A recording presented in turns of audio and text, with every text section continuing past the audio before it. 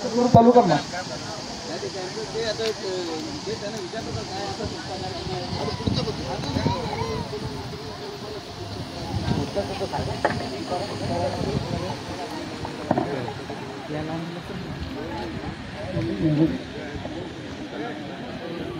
पाटील साहेब अध्यक्ष निवडायचं आहे तर ते सांगतात. कोणत्याही कार्यक्रमाला या ठिकाणी अध्यक्ष असल्याशिवाय कार्यक्रम आपल्याला व्यवस्थितपणे पार पाडता येत नाही. तरी औपचारिक म्हणून आपल्याला त्या ठिकाणी अध्यक्ष आपले सर्वच अध्यक्ष आहेत त्या ठिकाणी राजेश पाटील साहेब यांचं पण मोठं योगदान या ठिकाणी लाभलेलं असते. तरी आपण घाटाळ साहेब यांना या ठिकाणी अध्यक्ष म्हणून आपण कार्यक्रमाचे अध्यक्ष म्हणून त्यांची या ठिकाणी निवड करत आहोत. राजेश पाटील साहेबांनी या ठिकाणी त्यांना अनुमोदन दिलेलं आहे. त्यांनी या ठिकाणी अध्यक्षपदाचा स्वीकार करावा आणि कार्यक्रम आपल्याला पुढे या ठिकाणी चालवायचा आहे.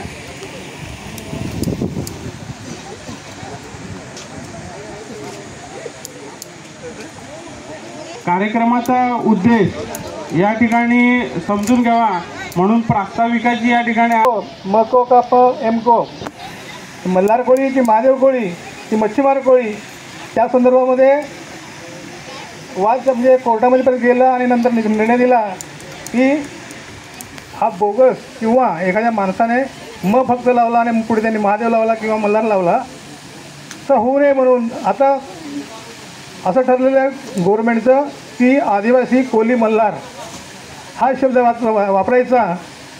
कोळी महादेव असेल, कोळी टोकरे असेल, कोळी कोणी या महाराष्ट्रामध्ये या गजेटमध्ये तसं आता नमूद केलेलं आहे.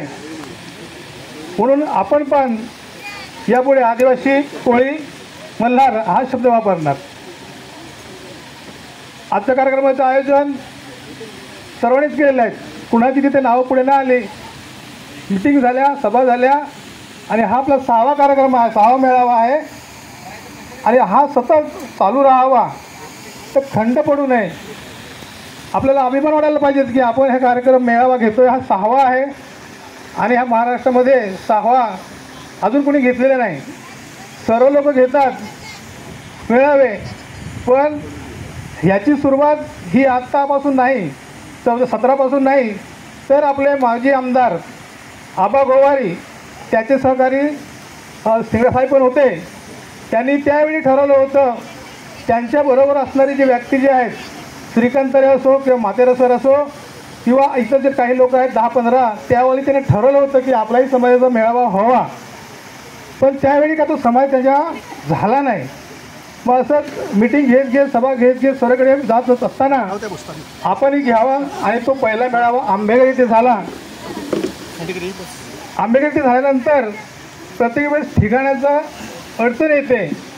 आता जे 2 फोटो जे आहेत एक गोपाल तुंबडा आणि सर रमेश बोंबाडे हे 2 जे व्यक्ती आहेत यांनीच पुढाकार घेतला म्हणजे आमची शेतं आहेत आंबेघरला तिथं घ्या म्हणून तिथे घेतला.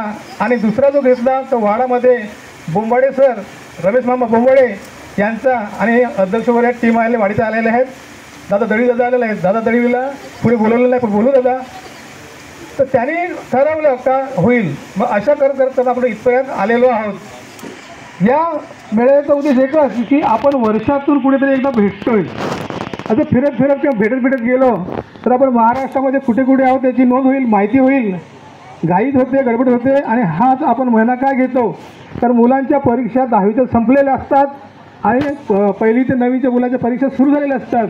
तोंडी परीक्षा सुरू झालेली आहे आणि लेखी परीक्षा 9 पासून ती पॅटची परीक्षा सुरू होते आणि पुढचा जो आपल्याला काही महिना आहे का दिवस आहे आपल्याला तो भेटत नाही. मे महिना पण भेटत नाही.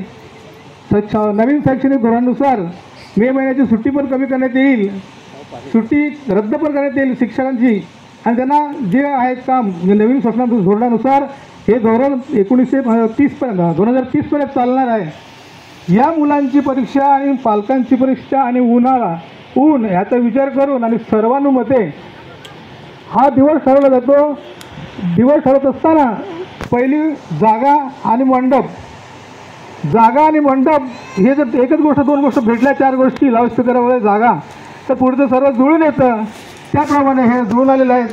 याचं श्रेय मी अंकुशदादा देशलेला देईल. अंकुशदादा देशलेला का देईल कारण मी दरम्यानच्या 4ही तालुक्याच्या लोकांना विचारलं होतं की आपला मेळावा कुठे घ्यायचा, तर सर्व बोलले की आपण बघू भेटू सांगतो. मग दादा बोलले यशे दादा की इथे आहे मामेश्वर दादा मंडप वगैरे आहे, आणि दादानी तो आपल्याला मंडप उपलब्ध करून दिला. आजपर्यंत त्यांनी सांगितलं पण आहे का मोहन समाज एवढे एवढे मी भाडं घेईन, आणि जे आतमध्ये बोललेलं नाही त्यांना रक्कम वर्गणीतून नाही जमा झाली तर त्यांना मी हप्ता लावून टाकेल, 10,000 दर महिन्यात देऊन टाकेल, पण त्यांचे क्लिअर करून टाकेल. तर त्यांच्यामुळे हा मेळावा होत आहे. कोरोना घेण्यामागचे माझे जोडीदार आहेत, माझे गणपत काका नाही आले, संजय भुया आहेत, रमेश कुंभारे आहेत, धोगडे आहेत, हे सर्व पहिल्यापासूनचे आहेत, किशोर आहेत. आणि गेल्या 3-4 वर्षापासून जे आपले बालाघाटमधले जे आमचे समाज बांधव आहेत, हे जरी इथे 8 जण जरी आले तरी पण ते तिथे 2.5-3 लाख लोकांचं प्रतिनिधित्व करतात.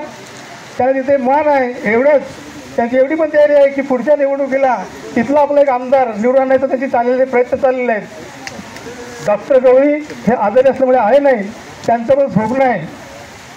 ते पण म्हणतात की आमचा पण एक कोळी मल्हार आमदार या लेण्यामध्ये जालनामध्ये निवडून आणू अशी त्यांची तयारी आहे. आणि त्याची अशी पण तयारी आहे जरी राखीव जागा नसली तरी आपल्या ज्या 1.5-2 लाख जे कोळी बांधव आहेत, मल्हार कोळी बांधव आहेत, दादा सॉरी कोळी मल्हार जे बांधव आहेत त्यांच्या एकी करून ते प्रयत्न करणार आहेत.